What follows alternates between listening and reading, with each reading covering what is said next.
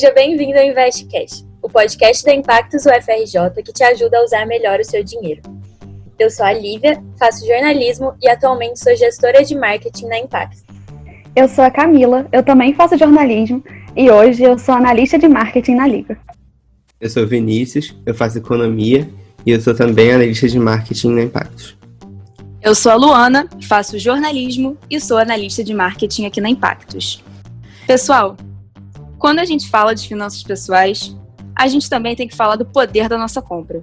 Quer dizer, você sabe qual que é o poder da sua compra?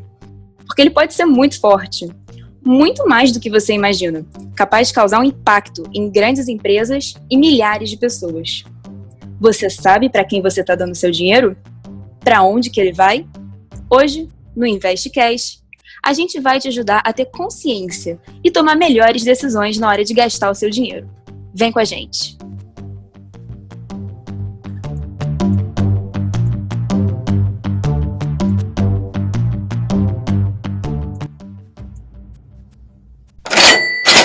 Falando do Pink Money, isso é uma verdade que não é só do Brasil, gente. A gente vê isso nitidamente em várias vertentes da indústria da música. Eu falo sempre para as pessoas, mano, se liga no artista que você tá ouvindo, você tá dando play nessa plataforma aí, onde você tá comprando, onde você tá indo no show, para onde você tá gastando o seu dinheiro. Será que esse artista, ele tá interessado na sua vivência? Será que ele tá interessado no que você passa? Provavelmente a discussão mais emblemática quando falamos do consumo consciente e poder de compra é o debate em torno do Pink Money.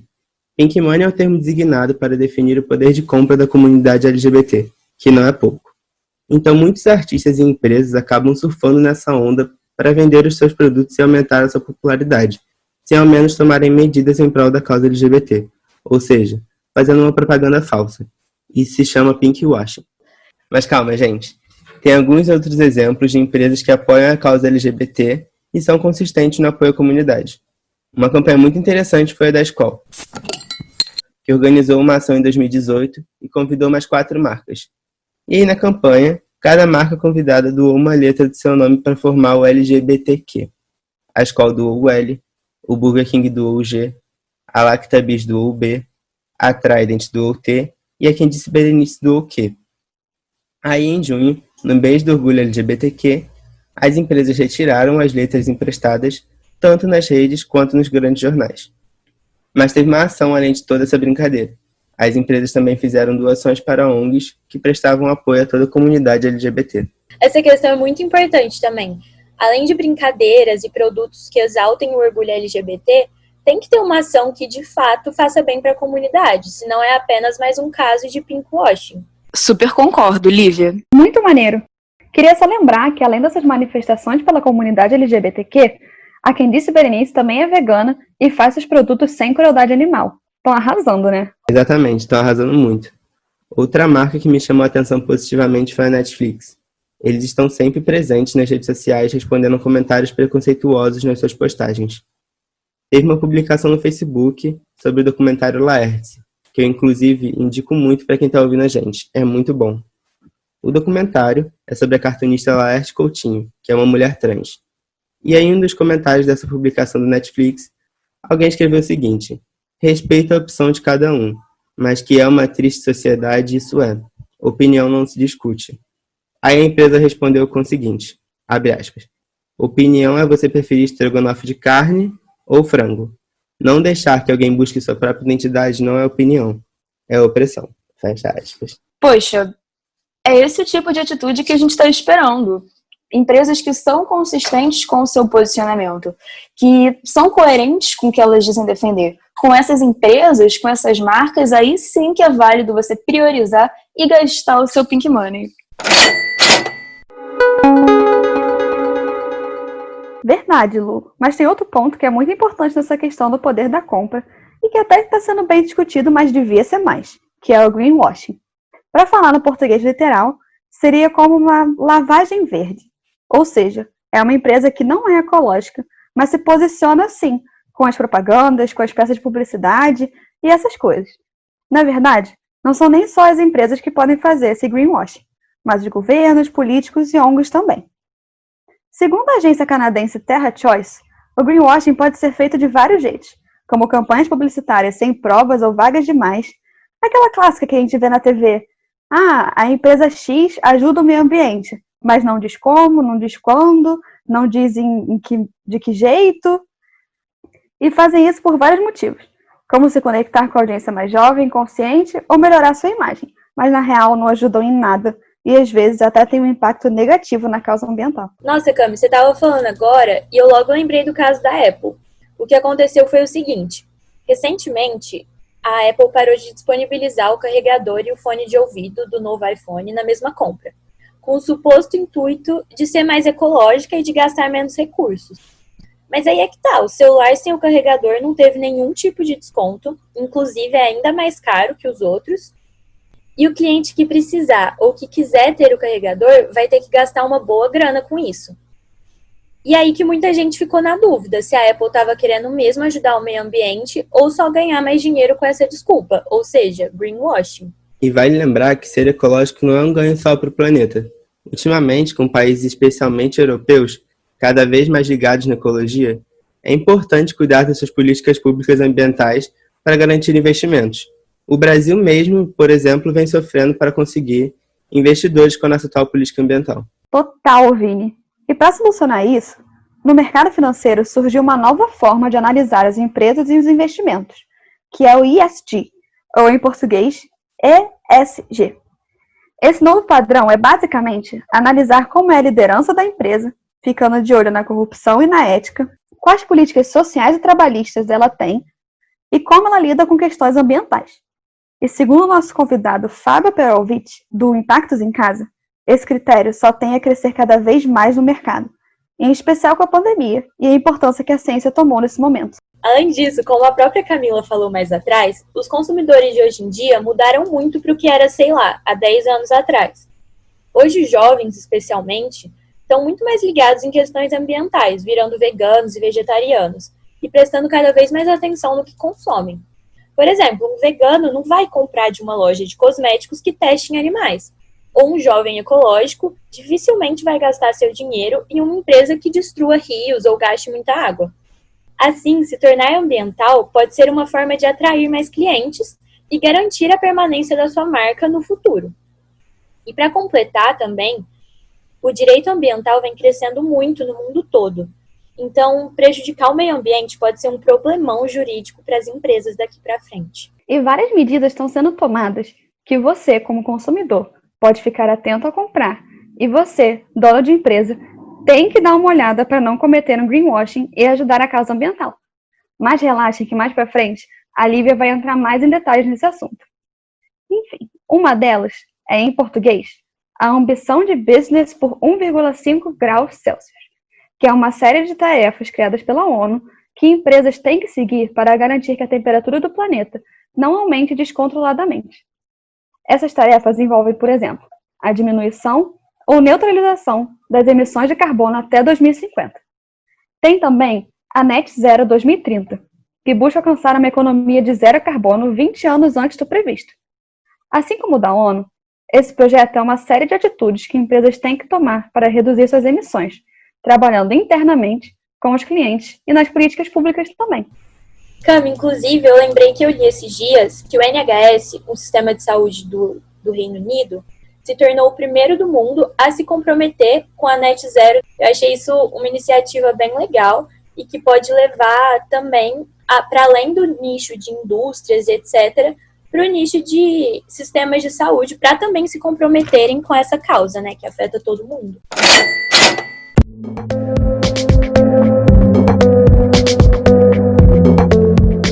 Com tudo isso que a gente falou, vocês podem estar se perguntando por que uma marca ou empresa arriscaria ser pega numa mentira dessas, acabar com a sua credibilidade falando que luta por uma causa que ela não luta.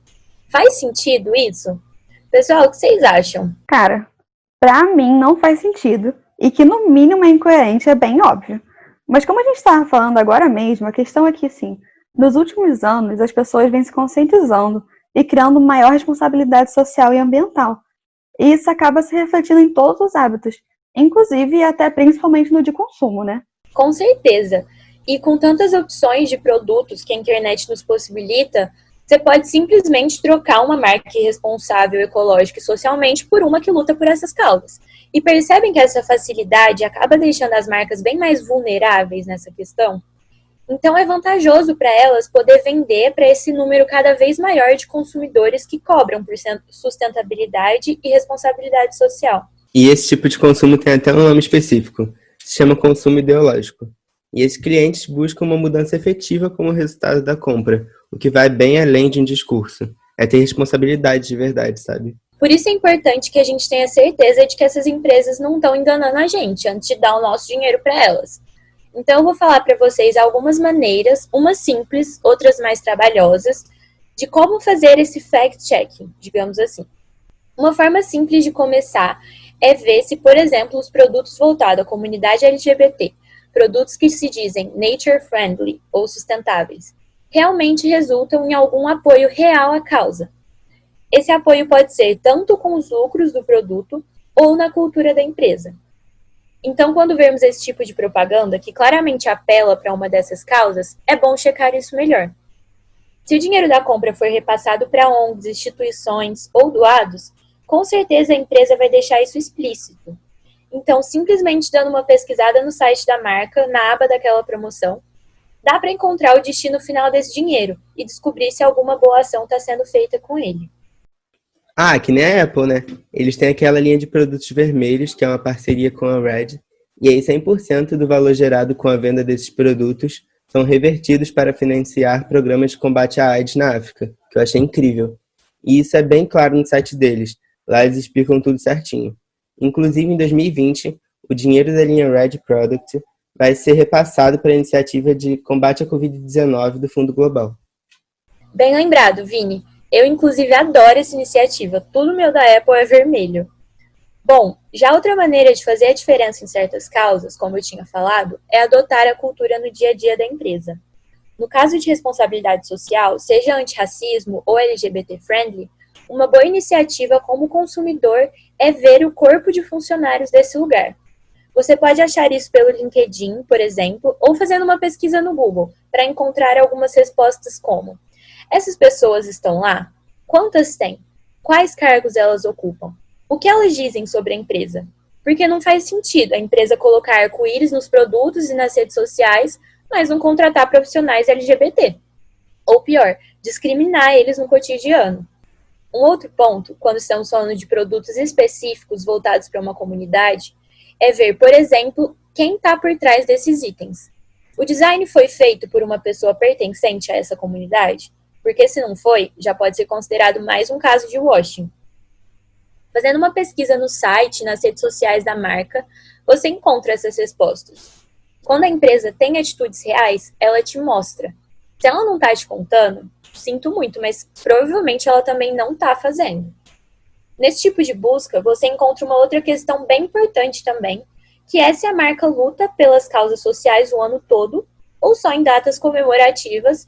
Não dá para ser antirracista só durante a onda do Black Lives Matter, nem LGBT-friendly só durante o Pride Month. Tem que ficar de olho. Um caso que tem bastante a ver com o que você está falando é da Riachuelo. Não sei se vocês já ouviram falar.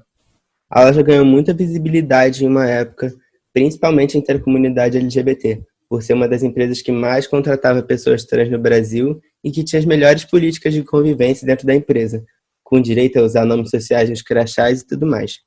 Só que em 2018, o presidente da marca, Flávio Rocha, se lançou pré-candidato à presidência do Brasil e tinha posição contrária ao casamento gay, por exemplo. Ele não levou a candidatura adiante, mas demonstrou apoio a candidatos e bancadas que também, fundamentadas na religião, se diziam contra pautas da causa LGBT. Aí entra de novo no questionamento.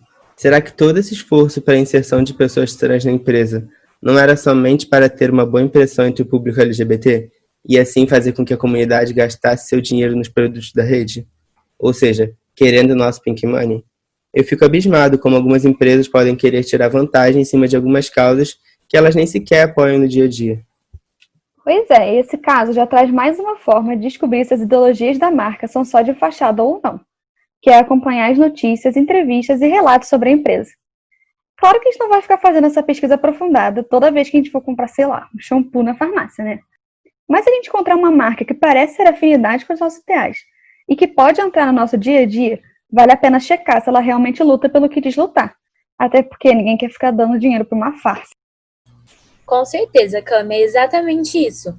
E falando sobre sustentabilidade, fica até um pouco mais complexo de checar. Mas, gente, vale a pena saber para onde o nosso dinheiro está indo. Ele faz muita diferença, olha quantos exemplos já demos aqui. Mas, enfim, vamos para a checagem de empresas verdes. Segundo o Instituto Acato, que contribui para um consumo consciente, não dá para uma empresa ser totalmente sustentável. Mas nós podemos nos atentar a alguns sinais de que, pelo menos de alguma forma, eles estão fazendo bem ao meio ambiente. Primeiro, selos. As certificações não são muito bem reguladas no Brasil. Então, sempre que um produto colocar um selo atestando sustentabilidade, vale a pena dar um Google no nome e na instituição do selo, para saber se ele realmente é relevante. Além de ficar por dentro das notícias sempre. Isso é relevante aqui nessa parte também, como a Cami já disse. É igual quem coloca aquele clássico não contém CFC no desodorante. Ok, isso é muito bom para a camada de ozônio, mas faz tempo que o CFC é proibido de ser comercializado. Então nenhum fabricante usa mais. Isso deixa a informação totalmente irrelevante. Tenta mostrar que a marca é a própria mãe natureza, quando isso, na verdade, não é bem real, né? Perfeito. Isso é algo para se ficar atento também, o quanto aquela informação é relevante. Aliás, quanto mais específica a empresa for sobre o benefício que ela tem para a natureza, melhor. Tipo, quando ela diz, não testamos em animais, ou nossas matérias-primas são recicladas, ou que elas são de comércios locais, o que economiza combustível, por exemplo, esses são dados específicos. Agora, se as informações forem muito geralzonas, já pode desconfiar que tem alguma coisa errada. Por último, o Greenpeace tem algumas listas que ranqueiam marcas de acordo com a sustentabilidade delas, em vários critérios. Vale a pena entrar no site deles e dar uma olhada, principalmente nas empresas de tecnologia e eletrônicos, já que tem muitos produtos delas que usamos no dia a dia. Nossa, acho que eu já vi uma lista dessas que ranqueava as empresas de acordo com o tipo de energia que priorizavam, limpa ou suja, né? Isso, Vini, tem essa lista mesmo. E é legal a gente saber, porque tem muitas empresas grandes e bem conhecidas. Tipo, nessa lista, a Apple e a Amazon estavam ranqueadas bem mal, enquanto o Google e o Facebook estavam super bem, porque priorizavam energia limpa. É bom a gente saber essas informações e lembrar delas quando as empresas lançarem um produto ou discurso sobre sustentabilidade. A gente tem que ficar sempre de olho.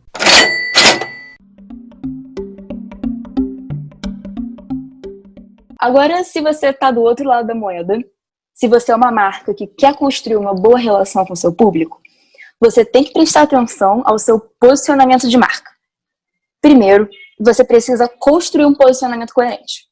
Antes de você se posicionar externamente, você fazer um post no Instagram, é preciso você olhar para dentro da sua empresa. Porque assim, não adianta você bater no peito para falar de racismo se na sua empresa só tem funcionário branco. Não adianta falar de Dia da Mulher se na sua empresa as mulheres sofrem machismo. Além de ser extremamente imoral, você está correndo um sério risco de ter que lidar com ruídos internos, que mais cedo ou mais tarde podem se tornar um grande escândalo na mídia. Real, Lu. É o exemplo da Uber, que no carnaval desse ano fez uma grande campanha em prol do respeito com o próximo. Foi muito legal, tinha uns cartazes como acha que no carnaval o assédio tá liberado? A Uber não é pra você. E você é do bloco dos assediadores, racistas e LGBT-fóbicos? A Uber não é pra você. Um novo problema é que muitos motoristas foram ao público e disseram ser contra o movimento negro e a comunidade LGBTQ, falando até que não aceitavam esses passageiros. Além, é claro, da Uber ser conhecida pelos milhares de casos de assédio sexual, machismo e até estupro, que são cometidos por seus motoristas. No mínimo incoerente, né? E segundo, assim, estrategicamente falando, não é bom para uma marca tomar posicionamento político. Tipo, entrar numa discussão e apoiar um partido abertamente. Porque assim, você é uma marca, você não é partido. Vamos começar por aí. Você pode até ganhar a atenção de algumas pessoas, mas você pode perder muitos clientes. Algo que vai te custar caro. Imagina, você está trocando o cliente que você já tem pela possibilidade de atingir um novo público. Agora, você é isenta, mas você tem que se colocar aberta para todo mundo. E no mundo de hoje é muito importante você saber usar o seu poder de influência para combater o discurso de ódio.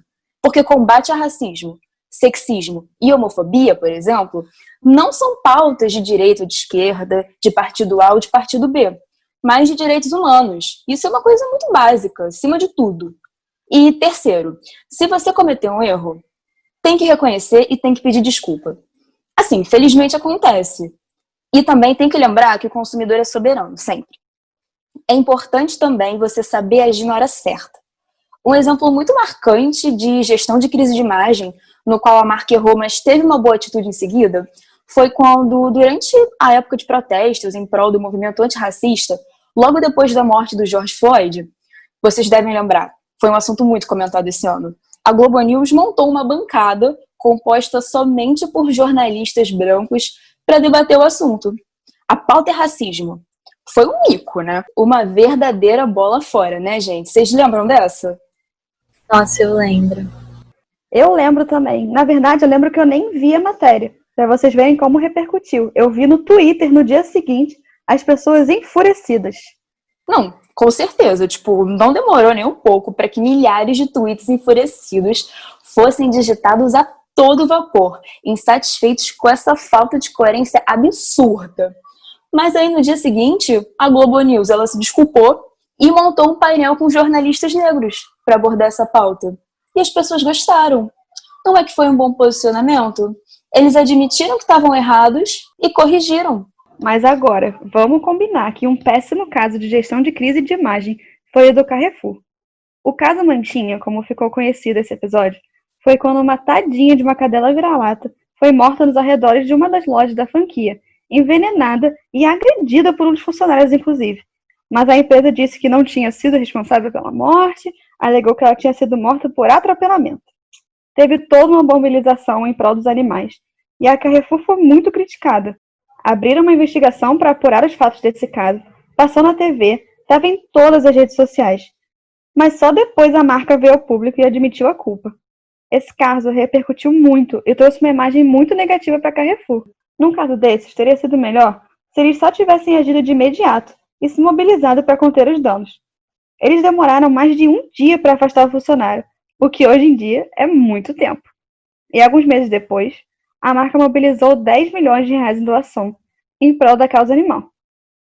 Acho até que foi certo a se fazer, mas faltou aquela agilidade. Muitas vezes realizar doações em prol de uma causa são uma forma que as empresas encontram de limpar sua barra, né?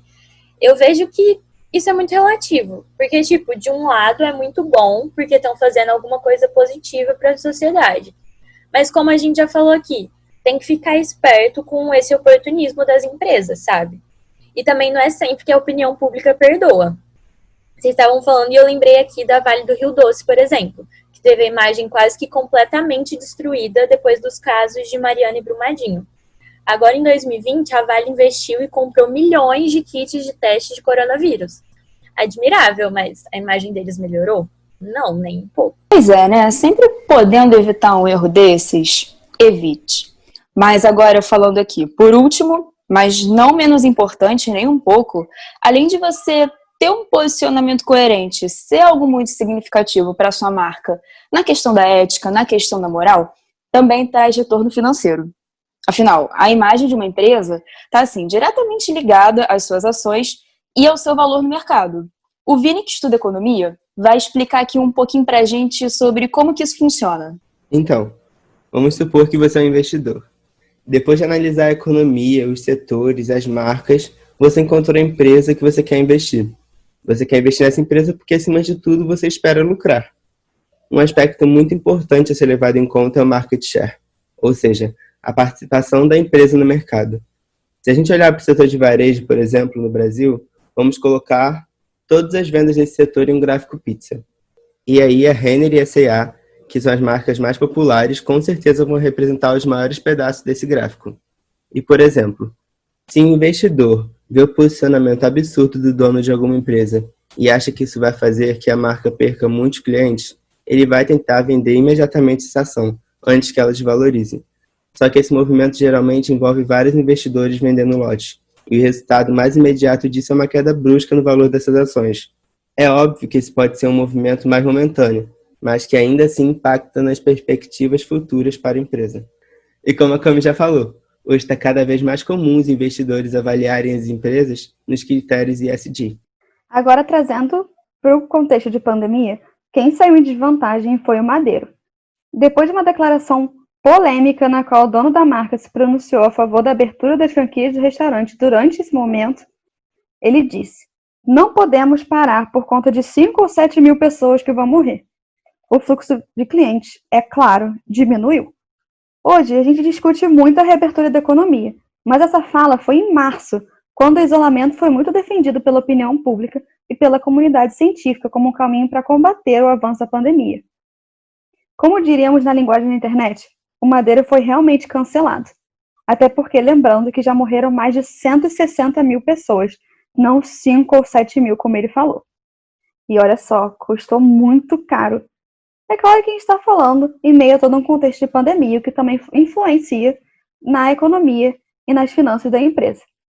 A hashtag Madeiro Nunca Mais viralizou na internet, e de acordo com a revista Veja, no mês de junho, o dono chegou a anunciar que um dos seus restaurantes em Curitiba, que costumava receber 400 clientes por dia, estava servindo cerca de 30 pessoas diariamente. Ele até pediu desculpa, mas não funcionou muito bem.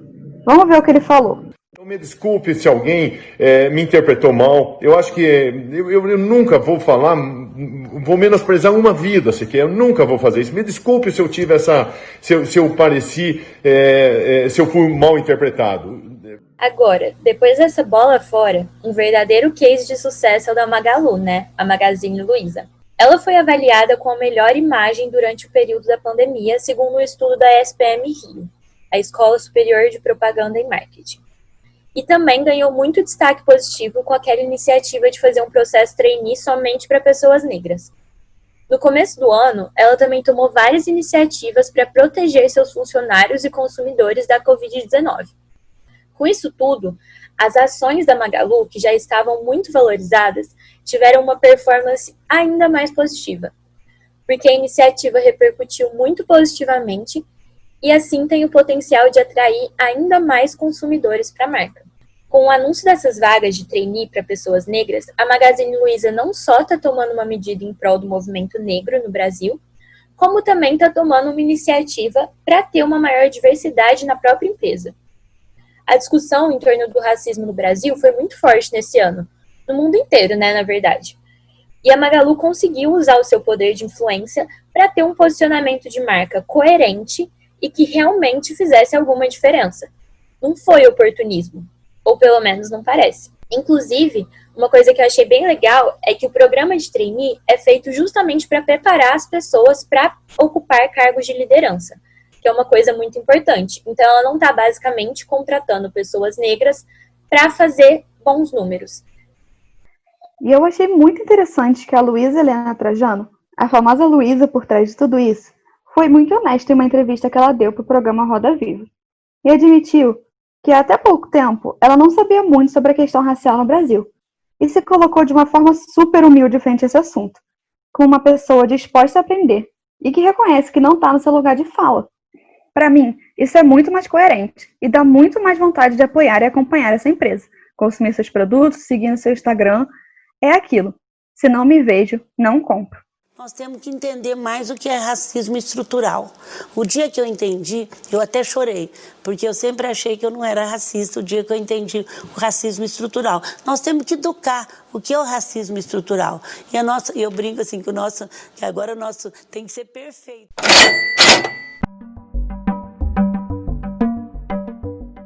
Caminhando para o final do nosso podcast, agora nós vamos para a parte onde a gente responde algumas perguntas que vocês deixaram no nosso Instagram. A primeira pergunta foi feita pela nossa analista macro, Bianca Dominique. Oi pessoal, meu nome é Bianca e eu queria saber como que a gente poderia incluir mais pessoas da comunidade LGBT e da comunidade negra nas empresas, sem que isso fique parecendo um washing. Ótima pergunta, Bianca. Isso é uma coisa que a gente está lutando muito aqui na própria Impactos também para melhorar. E eu acho que, assim, como todas as estratégias que prevêem uma grande mudança interna, tem que ter muita estratégia envolvida, assim, não dá para você chegar do dia para a noite e falar, vamos diversificar nossa empresa. Não é assim que funciona, tem que se reunir com o seu RH, com a liderança da sua empresa e conversar francamente, olha, é importante diversificar por isso, o mundo está mudando, Uma vez transparente, agora está na hora de fazer as ações, que podem incluir bolsas, cotas ou até um processo seletivo exclusivo para minorias, como a própria Magazine Luiza fez, um processo seletivo de trainees só para negros. Mas é claro que também, tão importante quanto isso, é garantir que a sua empresa vai ser um ambiente saudável e seguro para essas pessoas. Se você sabe que você tem um funcionário que é problemático, que é preconceituoso, que não vai tratar bem esse tipo de funcionário, não vale a pena você colocar a pessoa nessa posição. Tem que demitir esse funcionário e aí sim começar o trabalho. Boa, Cami. E eu lembrei aqui que bastante pessoas que adotam esse tipo de atitude na empresa de diversidade falam que existem essas pessoas no mercado. Mas você tem que procurar e tem que fazer um esforço para dar essa oportunidade para as pessoas. Então, é um exemplo impecável da Magalu, igual você falou, igual a gente falou no podcast, que além de dar essa oportunidade, esse espaço, ela ofereceu um treinamento, né? Bom, agora a gente vai para a nossa segunda e última pergunta, que é da nossa analista de GP, Rayane. Oi, pessoal! Então, eu gostaria de saber qual é o poder de influência do marketing nessas tendências. Seria caracterizado como oportunismo ou apoio? Bom, Rayane, essa é uma pergunta um tanto quanto ardilosa. O poder de influência do marketing nessas tendências. É aquela questão, acho que não tem resposta certa ou uma resposta exata para isso, mas a gente se vê diante de um dilema. Se eu estou fazendo um trabalho legal, se eu estou fazendo um voluntariado, eu divulgo isso? É correto? Acho que depende muito da intenção de quem está por trás dessa divulgação, quem está por trás desse marketing. Porque, assim, ao mesmo tempo em que você divulgar uma boa ação, você divulgar um processo seletivo, como o da Magalu, incentiva mais pessoas a fazerem aquilo. Por outro lado, a gente sabe qual é o impacto disso. A gente sabe que isso vai pegar muito bem para a imagem da Magalu. Então, a gente fica se perguntando, ao mesmo tempo que parece que tem um impacto positivo na nossa sociedade, também pode rolar um quê de oportunismo ali. Não respondi a sua pergunta, talvez eu tenha até confundido, mas essa é uma reflexão que a gente tem que fazer. Então, eu concordo super com a Lu. E trabalhar essa influência vai caber ao marketing mesmo. Assim que receber a proposta, ver se na empresa no dia a dia tem mulheres, pessoas pretas e também pessoas LGBT na liderança. Porque não adianta você querer externalizar um apoio à causa, sendo que dentro da empresa mesmo não está tendo esse apoio, sabe? Perfeito, gente. E meninas, muito obrigada pelas perguntas.